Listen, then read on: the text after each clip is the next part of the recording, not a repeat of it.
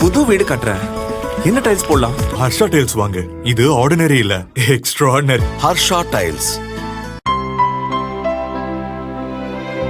இனிமே கண்ணை மூடிட்டு கடலை எண்ணெய் வாங்கலாம். ஏன்னா மந்த்ரா கடலை எண்ணெய் இதயத்தின் தயாரிப்பு. வறுக்க பொரிக்க ஏன் எல்லா சமையலுக்கும் மந்த்ரா தான். மந்த்ரா கடலை எண்ணெய், அபார ருசி, ஆரோக்கியமான உடல் நலம்.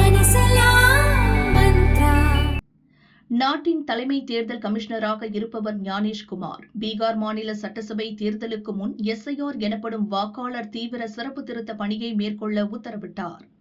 தலைமை தேர்தல் கமிஷன் உத்தரவுப்படி மாநில தேர்தல் அதிகாரிகள் தலைமையில் நடந்த எஸ்ஐஆர் பணியால் போலி வாக்காளர்கள், இரட்டை பதிவு, இறந்தவர்கள் பெயர்கள் வாக்காளர் பட்டியலில் இருந்து நீக்கப்பட்டன. தேர்தல் கமிஷனின் இந்த நடவடிக்கைக்கு காங்கிரஸ், ஆர்ஜேடி உள்ளிட்ட எதிர்க்கட்சிகள் எதிர்ப்பு தெரிவித்தன. இந்த நடவடிக்கையை எதிர்த்து சுப்ரீம் கோர்ட்டில் வழக்கும் தொடர்ந்தன. எனினும் அனைத்து நடவடிக்கைகளும் சட்டத்திற்கு உட்பட்டே நடப்பதாக தேர்தல் கமிஷன் கோர்ட்டில் கூறியது. சட்ட விதிகளுக்கு உட்பட்டு எஸ்ஐஆர் பணிகளை மேற்கொள்ள சுப்ரீம் கோர்ட் பச்சை கொடி காட்டியது. பீகாரில் வெற்றிகரமாக செயல்படுத்தப்பட்ட எஸ்ஐஆர் பணி தொடர்ந்து நாடு முழுதும் அமல்படுத்தப்பட்டது. தமிழகத்தில் திமுக, மேற்கு வங்கத்தில் திரிணாமுல் காங்கிரஸ், கேரளாவில் காங்கிரஸ், கம்யூனிஸ்டுகள் மற்றும் மேலும் சில மாநிலங்களில் ஆம் ஆத்மி, சமாஜ்வாதி உள்ளிட்ட எதிர்க்கட்சிகள் எஸ்ஐஆர் பணியை தொடர்ந்து எதிர்த்தன.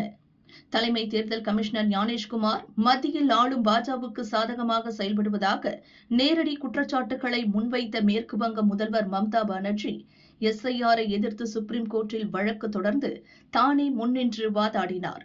பல போராட்டங்களையும் முன்னெடுத்தார். எனினும் தேர்தல் கமிஷன் அறிவித்த அனைத்து மாநிலங்களிலும் எஸ்ஐஆர் வெற்றிகரமாக செயல்படுத்தப்பட்டு இறுதி வாக்காளர் பட்டியலும் வெளியிடப்பட்டது. இதற்கிடையே தலைமை தேர்தல் கமிஷனரை பதவி நீக்கம் செய்ய கோரி லோக்சபா சபாநாயகர், ராஜ்யசபா தலைவரிடம் எதிர்க்கட்சிகள் கடந்த மாதம் நோட்டீஸ் அளித்தனர். எனினும் லோக்சபா சபாநாயகர் ஓம் பிர்லா, ராஜ்யசபா தலைவர் சி.பி. ராதாகிருஷ்ணன் ஆகியோர் எதிர்க்கட்சிகள் அளித்த நோட்டீஸை நிராகரித்தனர்.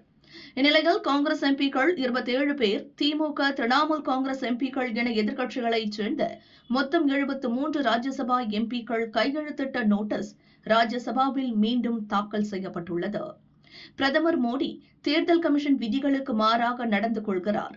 மேற்கு வங்கத்தில் முதல் கட்ட தேர்தலுக்கு முன் நாட்டு மக்களிடம் உரையாற்றிய அவர் அரசியல் சார்ந்த கருத்துக்களை முன்வைத்தார். இதுகுறித்து எதிர்க்கட்சிகள் புகார் அளித்தும் ஞானேஷ்குமார் எந்த நடவடிக்கையும் எடுக்கவில்லை. அவர் தொடர்ந்து பாஜகவுக்கு ஆதரவாக செயல்படுகிறார். அவரை பதவி நீக்கம் செய்ய வேண்டும் என எதிர்க்கட்சி எம்பிக்கள் வலியுறுத்தியுள்ளனர்.